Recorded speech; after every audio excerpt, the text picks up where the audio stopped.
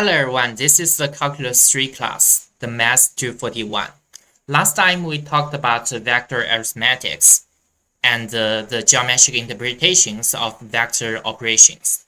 Today we continue with the dot product and more about the geometrical applications. So the dot product of two 3D vectors is a real number. That real number can be computed by a simple formula.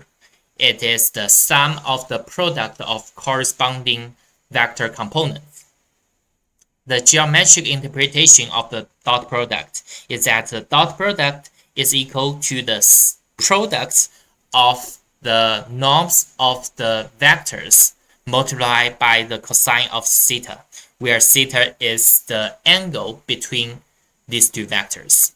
In particular, if these two vectors are perpendicular to each other, then the angle between them is equal to pi over 2. So the cosine of pi over 2 is equal to 0, and the dot product is equal to 0.